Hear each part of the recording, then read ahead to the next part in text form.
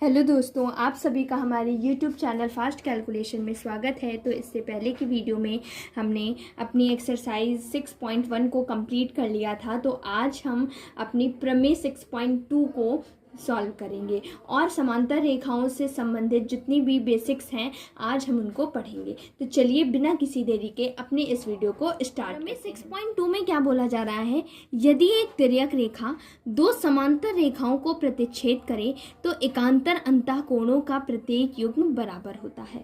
तो आपको अभी समझ में नहीं आ रहा होगा कि ये तिर्यक रेखा क्या होती है, समांतर रेखाएं क्या होती हैं, प्रतिच्छेद जैसे वर्ड आ रहे हैं, एकांतर अंतःकोण, सारी चीज़ें हम आपको अभी बताते हैं, सारी चीज़ें समझ में आ जाएंगी। तो सबसे पहले अगर हम प्रमेय कर रहे हैं तो ऑब्वियसली बात है कि आपको कुछ ना कुछ प्रूफ करके दिखाना होगा। तो हमें क्या प्रूफ करना है अभी हमको पता चल जाएगा, लेकिन इससे पहले हम समांतर रेखाओं से संबंधित जितने भी बेसिक्स हैं सबसे पहले उनको हम क्लियर कर लेते हैं। तो यहाँ पर हम समझ लेते हैं कि समांतर रेखाएं क्या होती हैं। समांतर रेखाएं वो रेखाएं होती हैं, यहाँ पर इस तरीके से हम लाइन को खींच लेते हैं।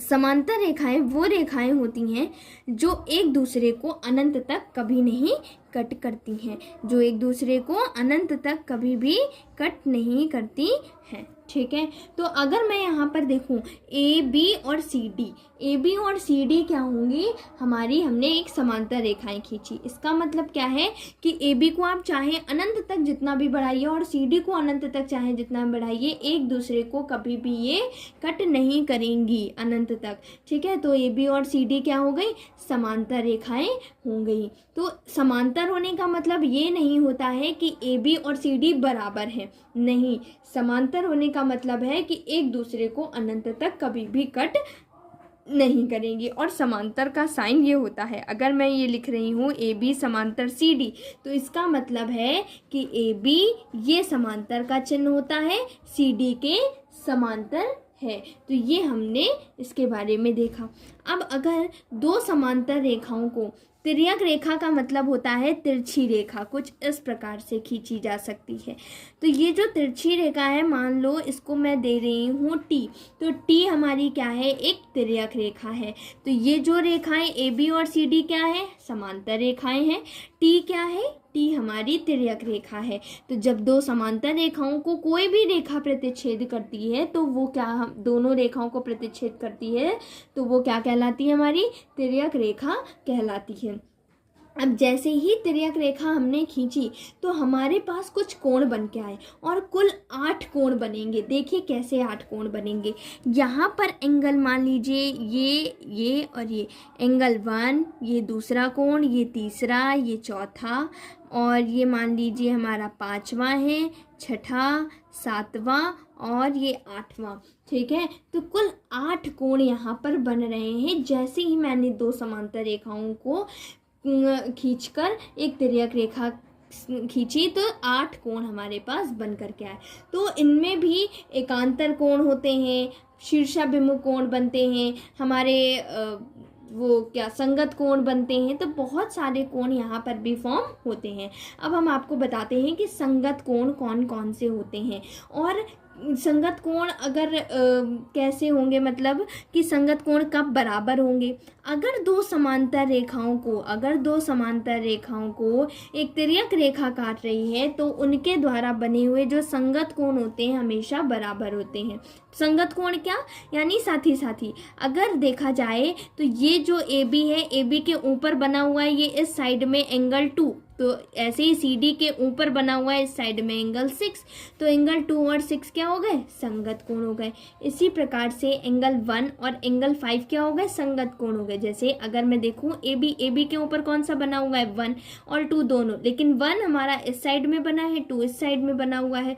तो ये जो 1 होगा और 1 का संगत कोण 5 हो जाएगा, क्योंकि ये सी डी के ऊपर बना हुआ है और हमारा लेफ्ट हैंड साइड में बना हुआ है, ये लेफ्ट हैंड साइड है तो ये 1 लेफ्ट हैंड साइड में है और 5 भी लेफ्ट हैंड, तो ये क्या हो गए हमारे, ये हमारे संगत कोण। ऐसे ही 4 का संगत कोण 8 हो गया और 3 का संगत कोण 7 हो गया, ठीक है। और अगर ये दोनों रेखाएं समांतर हैं तब हम क्या लिख सकते हैं कि एंगल 2 बराबर एंगल 6, यानी कि जो संगत कोण है वो बराबर होंगे।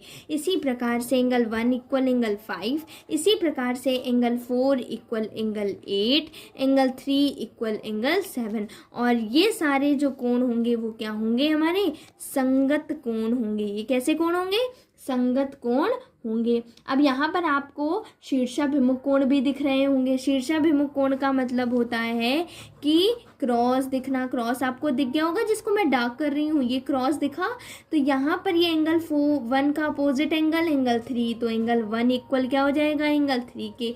ऐसे ही एंगल 2 इक्वल क्या हो जाएगा, एंगल 4 के। तो ये सारे हमारे क्या होते हैं, शीर्षाभिमुख कोण होते हैं। क्या होते हैं, शीर्षाभिमुख कोण होते हैं, ठीक है। इसी प्रकार से यहाँ पर भी एक क्रॉस दिख रहा है, तो यहाँ पर 6 के बराबर 8 के होगा और 5 बराबर 7 के होगा, ठीक है। तो ये हमारे हो गए शीर्षाभिमुख कोण। अब हम एकांतर कोण की बात कर लेते हैं कि एकांतर कोण क्या होते हैं। हमने आपको वैसे तो इंट्रोडक्शन वाली वीडियो में बताया था एकांतर कोण के बारे में, तो अगर मैं आपको यहाँ पर बताऊँ तो ये z होता है कि नहीं होता है, ये z बन रहा है, तो इसका मतलब ये जो है हमारे कोण, ये क्या है, एकांतर कोण है। तो 4 बराबर क्या होगा, 6 होगा। क्या, क्यों बराबर होंगे, क्योंकि ये एकांतर कोण है, ठीक है। तो ये क्या है, एकांतर कोण। इसी प्रकार से ये z बन रहा है हमारा, ये z बन रहा है कुछ इस प्रकार से, देखिए यहाँ पर बन रहा है। तो 3 बराबर क्या हो जाएंगे, जो कॉर्नर्स के एंगल होंगे वो बराबर हो जाएंगे, एंगल 3 बराबर एंगल 5। इसका भी कारण क्या होगा, एकांतर कोण हो जाएगा। इसमें कुछ अंतः कोण होते हैं, कुछ बाह्य कोण होते हैं। अंतः कोण का मतलब होता है जो अंदर बने हुए कोण है, और बाह्य कोण का मतलब होता है जो बाहर बने हुए कोण है। तो अंतर कौन कौन से बने हैं इन दो लाइंस के बीच में, 3, 4, 5, 6, यानी कि 3, 4, 5, 6 अंतः कोण है। और बाहर कौन से बने हुए हैं, 1, 2, 8, 7, यानी 1, 2, 7, 8, ये हमारे क्या है, बाह्य कोण बने हुए हैं। तो ऐसे ही एकांतर बाह्य कोण भी होता है। बाह्य कोण में 2 और 8 हो जाएगा, ठीक है, और 1 और 7 हो जाएंगे। तो वो बाह्य कोण इतना यूज नहीं आता है, लेकिन अंतः कोण, एकांतर अंतः कोण बहुत यूज आता है। तो एकांतर अंतः कोण 4 और 6, 3 और 5 हमारे क्या होंगे, बराबर होंगे। और ये एकांतर कोण तभी बराबर होते हैं जब आपकी दोनों रेखाएं क्या होती हैं, समांतर होती हैं। तो समांतर रेखाओं के द्वारा बने हुए एकांतर कोण ही क्या होते हैं, बराबर होते हैं।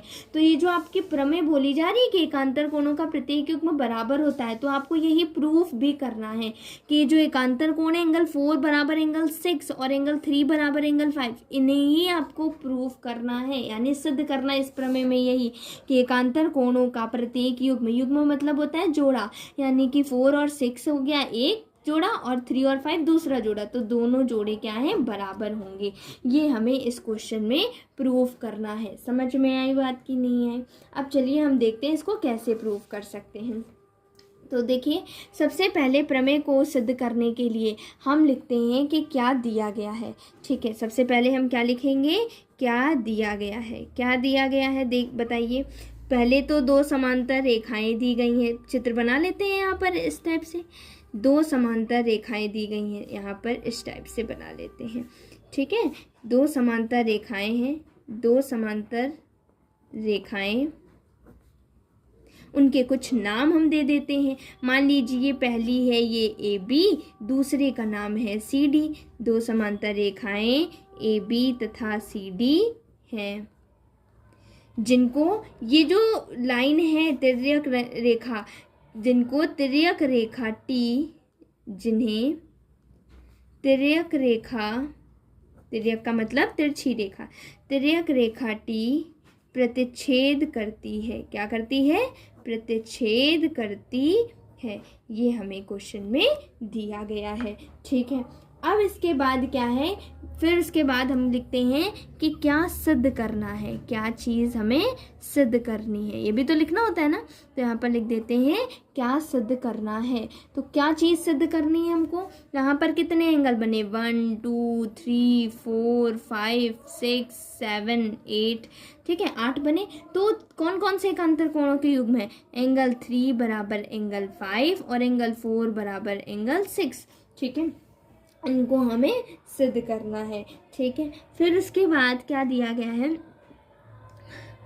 फिर उसके बाद हम लिखते हैं उपपत्ति। उपपत्ति का मतलब होता है कि अब हम प्रूफ करेंगे यहाँ पर। तो अगर आप यहाँ पर देखें, क्योंकि 4 = 6 करना है और 3 = 5 करना है, ठीक है, 3 और 5 को इक्वल करना है। तो पहले हम एंगल 3 बराबर एंगल 5 के लिए हम प्रूफ करते हैं सबसे पहले, ठीक है। तो अगर आप देखें तो यहाँ पर क्रॉस बन रहा है, क्रॉस बनता है तो कौन सा कोण, शीर्षाभिमुख कोण। तो 3 बराबर क्या हो जाएगा, एंगल 1 के हो जाएगा। एंगल 3 बराबर एंगल 1, कारण क्या होगा कि शीर्षाभिमुख कोण से बराबर है, शीर्षाभिमुख कोण से क्या है, बराबर है, ठीक है, कोई दिक्कत नहीं है। क्यों हमने 3 बराबर 1, हमें कैसे पता चला, क्यों, इस वजह से क्योंकि हमको 3 बराबर 5 करना था, तो हम अपने प्रूवमेंट में एंगल 3 को लाना चाहते हैं, तो 3 से रिलेटेड हमने ये इक्वेशन लिख दी। अब हम क्या करेंगे, 1 और 5 को 1 को हटाना है ना, मुझे 5 लाना है, तो 1 और 5 में रिलेशन ढूंढो। 1 और 5 क्या बराबर हो सकते हैं, हाँ जी हो सकते हैं। क्यों, क्योंकि ए बी और सी डी समांतर है, उनको तिर्यक रेखा काटी है, तो जो ये हमारी संगत कोण है, एंगल 1 बराबर क्या है, एंगल 5, या फिर आप बोल सकते हो एंगल 5 = एंगल 1। ये क्वेश्चन नंबर 1, ये क्वेश्चन नंबर 2, और ये क्यों है, संगत कोण से बराबर होंगे। किस वजह से बराबर, संगत कोण से बराबर होंगे या नहीं होंगे। तो समीकरण 1 व 2 से हम क्या बोल सकते हैं, 1 व 2 से कि RHS बराबर RHS है, तो LHS भी क्या हो जाएगा, बराबर एंगल 3 बराबर क्या हो जाएगा, एंगल 5 हो जाएगा। यही तो हमें प्रूफ करना था, एंगल 3 = एंगल 5। तो यहाँ से आपका प्रूफ हो गया, हेंस प्रूव्ड, ठीक है। तो ये चीज़ हमने कर ली है। ये जो दूसरा पार्ट है, दूसरा पार्ट जो दिया गया है, एंगल 4 = एंगल 6, तो ये आपको करना है एज अ प्रैक्टिस होमवर्क। तो आपको भी समझ में आएगा, थोड़ा कॉन्फिडेंस आएगा कि हाँ आप इस क्वेश्चन को कर सकते हो, आपको समझ में आ गया। तो दिस इज़ योर होमवर्क और अ प्रैक्टिस क्वेश्चन, ठीक है। और हमने फर्स्ट क्वेश्चन आपको बताया है, सेम कॉन्सेप्ट लगेगा इस क्वेश्चन में भी, यानी एंगल 4 = एंगल 6 में भी सेम कॉन्सेप्ट लगेगा। आपको शीर्षाभिमुख कोण और संगत कोण को ही बराबर करना होगा। एक आप एंगल 4 से रिलेटेड इक्वेशन बनाएंगे और एक आप एंगल 6 से रिलेटेड इक्वेशन बनाएंगे, ठीक है। तो सेम ऐसा ही होने वाला है, आपको ये सेकेंड पार्ट को करना है खुद से, तो ये आपकी प्रैक्टिस प्रॉब्लम हो जाएगी। तो इस बस आपको प्रमेय 6.2 में इतना ही प्रूव करना था। तो आशा करती हूँ कि आपको प्रमेय 6.2 आसानी से समझ में आ गई होगी। फिर भी आपको इससे रिलेटेड कोई भी डाउट है तो आप हमसे कमेंट सेक्शन में पूछ सकते हैं। और अगर आपको ये वीडियो हेल्पफुल लगा हो तो आप हमारे चैनल फास्ट कैलकुलेशन को लाइक करें, शेयर करें और सब्सक्राइब करें, ताकि आगे आने वाले सारे नोटिफिकेशन सबसे पहले आप तक पहुँच सके। Thank you for watching this video.